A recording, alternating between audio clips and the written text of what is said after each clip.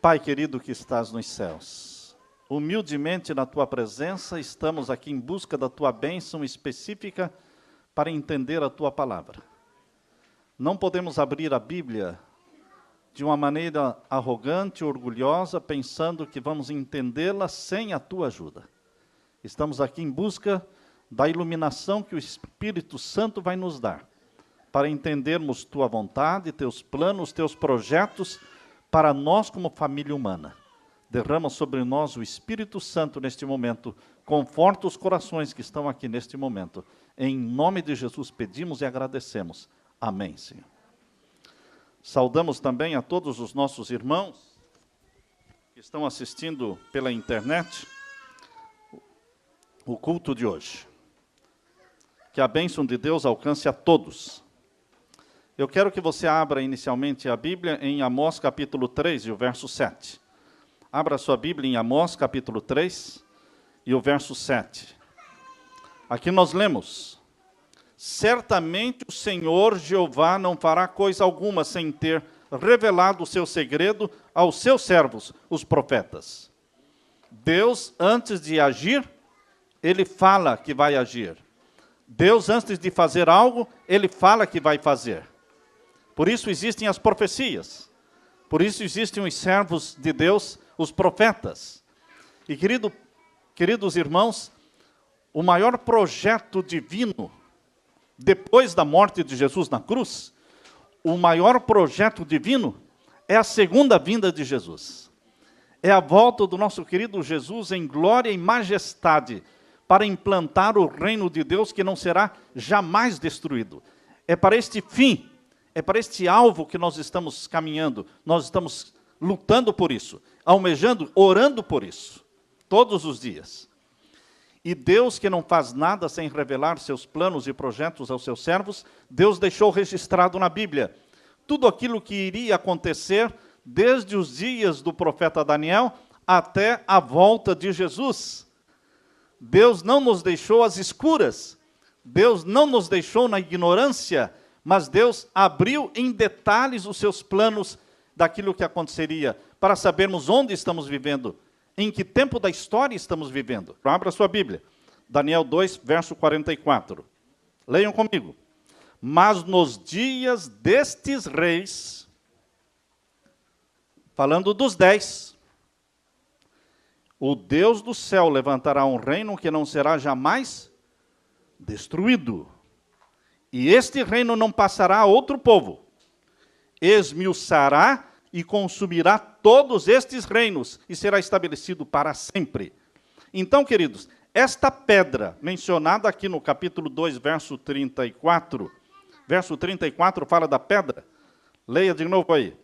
Estavas vendo isto quando uma pedra foi cortada, no verso 34, uma pedra cortada sem mão, a qual feriu a estátua nos pés, de ferro e de barro, e os esmiuçou. A pedra é Jesus, a rocha eterna, a rocha dos séculos, a rocha da minha salvação. Essa é a rocha, essa é a pedra que veio do céu e atingiu a estátua onde? Nos pés, com 10 dedos. Quando Jesus voltar a esta terra, existirão 10 reinos. Porque a pedra, que é a volta de Jesus, atinge a estátua nos pés. E os pés têm 10 dedos. Então, meus queridos, a pedra não está falando de 476, quando surgiram 10 tribos, mas 3 caíram. Ficaram só 7. Na volta de Jesus, os 2 pés não vão ter 7 dedos. Os 2 pés terão 10 dedos. Então, queridos, nós não podemos ficar parados em 476 dizendo esses 10 representam as tribos que surgiram e formaram as nações da Europa, mas elas 3 deixaram de existir, só existem 7. Nós temos que avançar no tempo, porque a pedra não está falando do passado, a pedra está falando do futuro, da volta de Jesus. Na volta de Jesus, o mundo estará dividido em 10 reinos. 10 grandes nações, conhecidas como 10 supernações, 10 blocos econômicos mundiais. Assim estará a nossa terra. Hoje existem mais de 207... Alguém cuida dele, por favor? Hoje a Terra está dividida em mais de 207 países no mundo. Os países reconhecidos pela ONU hoje são 195.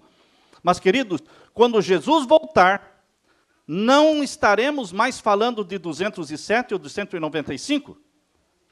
Quando Jesus voltar, nós estaremos falando de 10. 10 grandes nações. A pedra vai atingir a estátua nos pés, onde tem 10 dedos. O que isto está falando para você? O que significa isso para você? Nós estamos vivendo hoje nos dias das 10 nações, dos 10 blocos econômicos, das 10 supernações que estão se formando de 1993 para cá. No governo Clinton, foi votado pelo Congresso americano que Estados Unidos, Canadá e México formariam um bloco econômico só, chamado de União Norte-Americana, NAFTA. NAFTA. Queridos, em 93, no ano de 93, foi votado também na Europa a formação da União Europeia. Em 93 foi votada a União Europeia, em 93 foi votada a União Americana, formando 2 blocos econômicos. E agora, queridos, Obama está simplesmente cumprindo com o projeto. A legalização dos imigrantes. 11 milhões de imigrantes que serão legalizados. Ele já falou sobre isso publicamente, e ele está trabalhando para fazer isso esse ano ainda. Queridos, esses 11 milhões de imigrantes, provavelmente, não estou dizendo que serão, mas provavelmente serão os primeiros a receber um ID norte-americano, da União Norte-Americana, que inclui Estados Unidos, México e Canadá. A nação número 1 do mundo continuará sendo os Estados Unidos, sendo acrescido pelo Canadá e pelo México, com uma população de cerca de 400 milhões de habitantes. A nação número 2 é a União Europeia, votada em 1993 e que hoje já existe. Você viaja pela Europa ali, entrando num país, entrando no outro, saindo, sem precisar de visto, sem precisar de nada, porque é como se fosse um só país, viajando por todos aqueles... Existe um banco central hoje para a Europa, a União Europeia. Esse é o bloco número 2. O bloco número 3 é o Japão. Por si só, é uma supernação. Por si só. O bloco número 4 é a África do Sul, com a Austrália e a Nova Zelândia. Esse forma o bloco número 4. O bloco número 5 será o leste europeu com a Rússia. O antigo bloco soviético vai formar o bloco número 5. A supernação número 5. E Putin, presidente da Rússia, já falou sobre isso. De novamente formar este grupo, não é, formar um bloco econômico. O bloco número 6 já foi votado também e já foi formado em 2008, quando o presidente Lula assinou lá em Brasília a formação do bloco número 6, chamado Unasul. O bloco número 7 está em formação nestes últimos 8 meses, irmãos. Neste último ano, está em formação visível, palpável, a supernação número 7, que é a mais difícil de se formar. Nenhuma outra supernação é mais difícil de se formar do que a número 7. Por quê? Pega os países islâmicos com ditadores que estão no governo há 30 anos, 20 anos, 25 anos, onde igreja e Estado são unidos, onde é proibido pregar o evangelho. Alguns deles não têm banco central. Então, queridos, no último ano agora, nós estamos assistindo, até o presente momento, esta revolução e esta guerra que está acontecendo no norte da África e no Oriente Médio. Atualmente continua a revolução no Egito, já passou pela Líbia, Tunísia, e já está atualmente na Síria. E, queridos, todos esses países do norte da África e o Oriente Médio, eles vão formar a nação número 7. A nação número 8 começou agora, a questão de 15 dias atrás, meio mês atrás, começou então a formação da nação número 8. Perceberam que agora Mali foi invadida pela França, e agora, esta semana, os Estados Unidos disse que vai colocar lá em Mali uma base. Mali é o começo da revolução para dominar a América, a África Central, chamada África Tropical. Essa é a nação número 8, que estará se formando. Nação número 9 é o sul e o sudeste da Ásia. Pegando a Índia e pegando todos os países do sudeste da Ásia ali, vai formar então a nação número 9. E a nação número 10 é a China. Por si só, China forma-se uma nação e Japão forma uma nação. Japão número 3, a número 3 e a China número 10. Estas são as 10 supernações. Mas sabem, queridos, que em 1974 foi escrito um livro, A Humanidade no Ponto da Virada. 1974 foi escrito esse livro, faz muito tempo. E neste livro tem um mapa, com as 10 nações, com esses nomes que eu falei para vocês. Em 1974.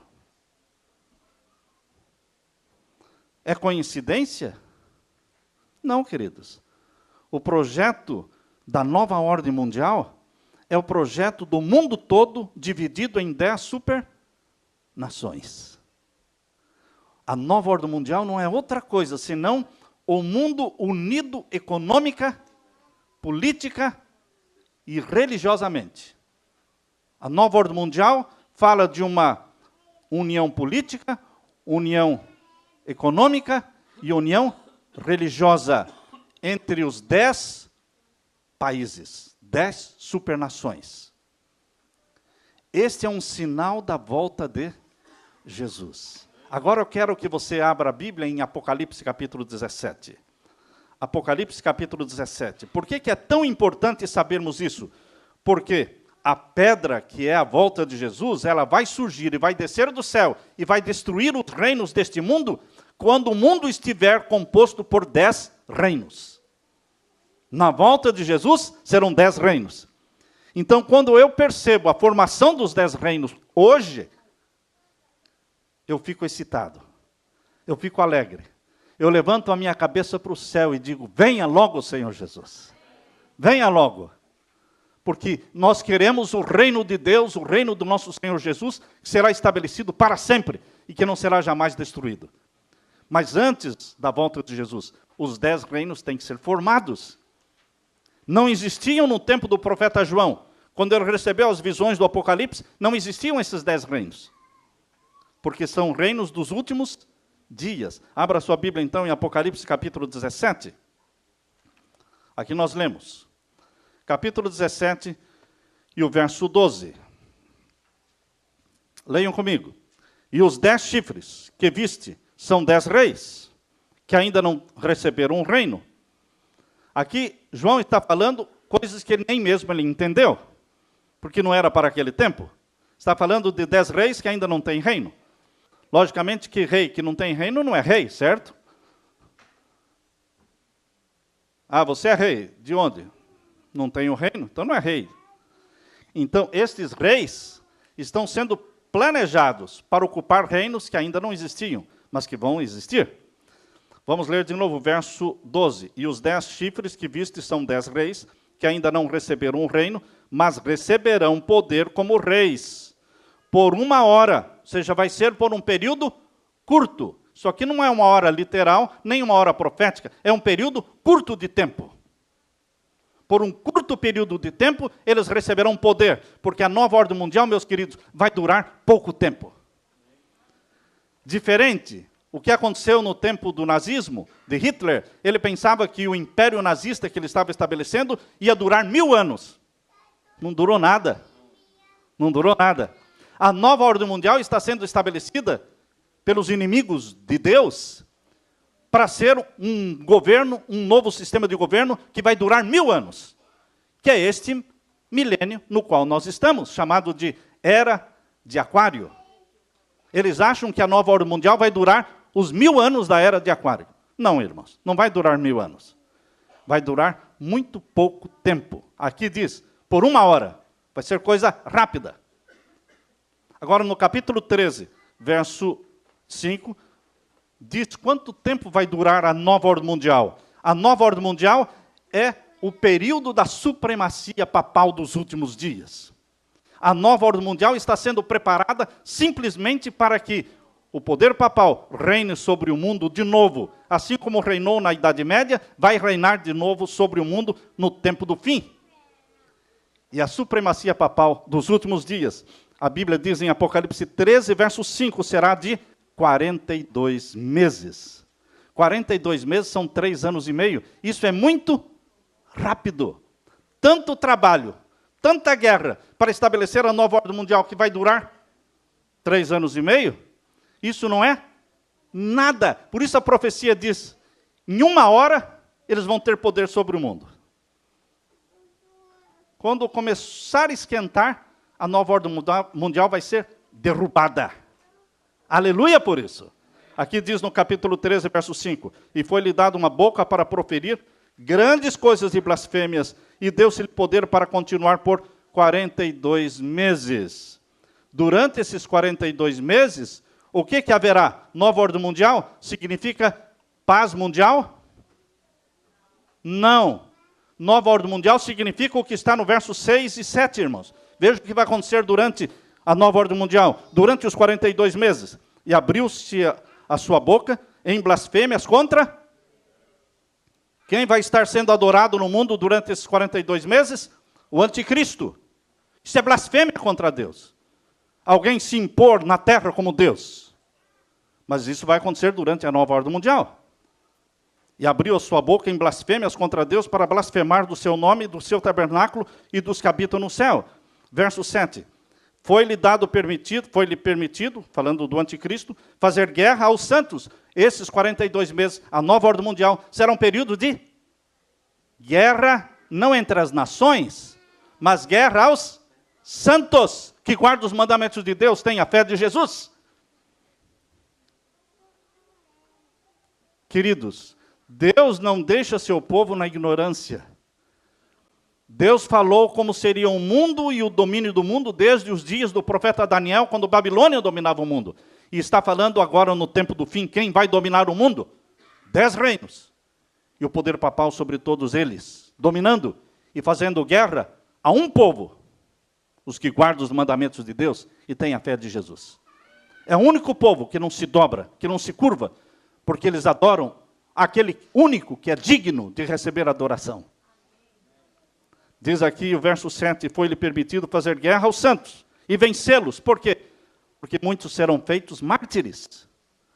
Muitos mártires surgirão agora no tempo do fim, quando o decreto dominical for aprovado. Durante a nova ordem mundial, queridos, 10 reinos, 1 dia de guarda. Fica difícil você entender qual será o dia de guarda na nova ordem mundial?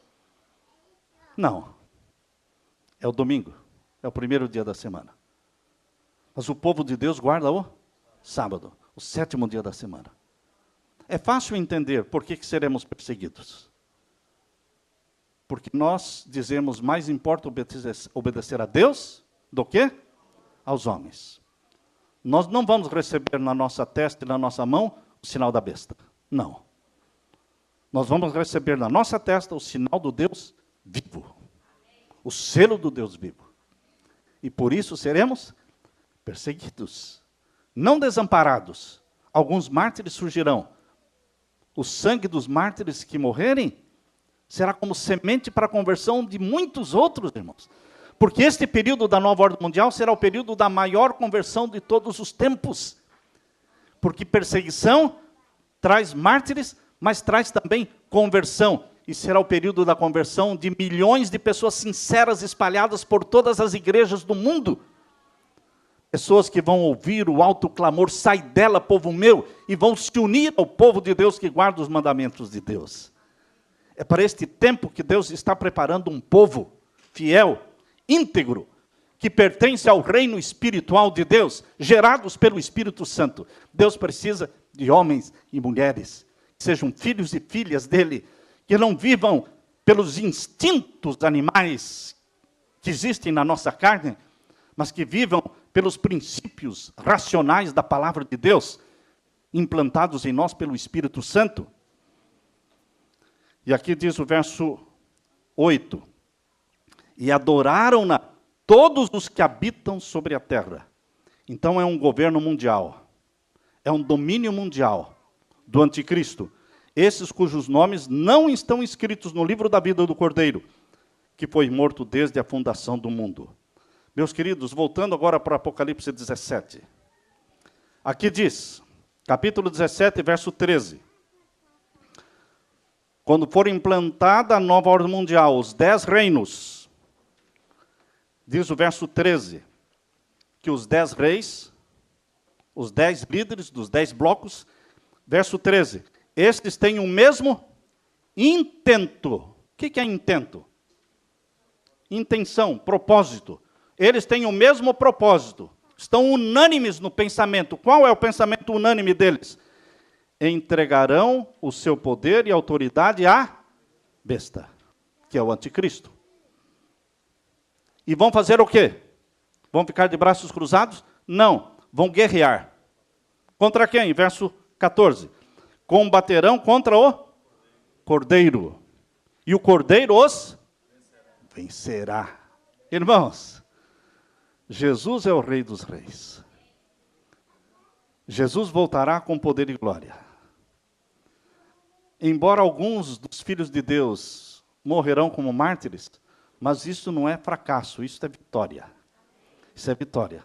Porque Jesus os ressuscitará. E Deus vai converter uma multidão que ninguém pode contar, como a areia do mar, de remidos espalhados pelo mundo todo. O Cordeiro os vencerá, diz aqui, porque é o Senhor dos senhores, é o Rei dos reis. Vencerão os que estão com ele, com Jesus, chamados e eleitos e fiéis. Você é um dos chamados. Você é um dos eleitos. Você é um dos fiéis. Mas quando se completarem os 42 meses, irmãos, desta sonhada nova ordem mundial, em 3 anos e meio ela acaba. Acaba porque os próprios 10 reis que deram poder ao anticristo para que dominasse sobre eles, vão puxar o tapete, vão derrubar e vão destruir o anticristo. Isso está no capítulo 17 e o verso 16. Leia comigo o verso 16. E os 10 chifres que viste na besta são os que aborrecerão a prostituta. A prostituta e a besta é o mesmo poder espiritual. E a porão desolada e nua, e comerão a sua carne e a queimarão no fogo. É o fim do anticristo papal, porque vai surgir aqui na terra o anticristo Satanás. Lembre-se que antes da volta de Jesus, Satanás surge na terra dizendo, eu sou o Cristo. E quando ele aparecer na terra dizendo, eu sou o Cristo, será após a queda do anticristo papal. Vai ser no fim dos 42 meses. Mas, queridos, nós estamos aguardando um novo céu e uma nova terra, onde habita a justiça do nosso Senhor Jesus Cristo.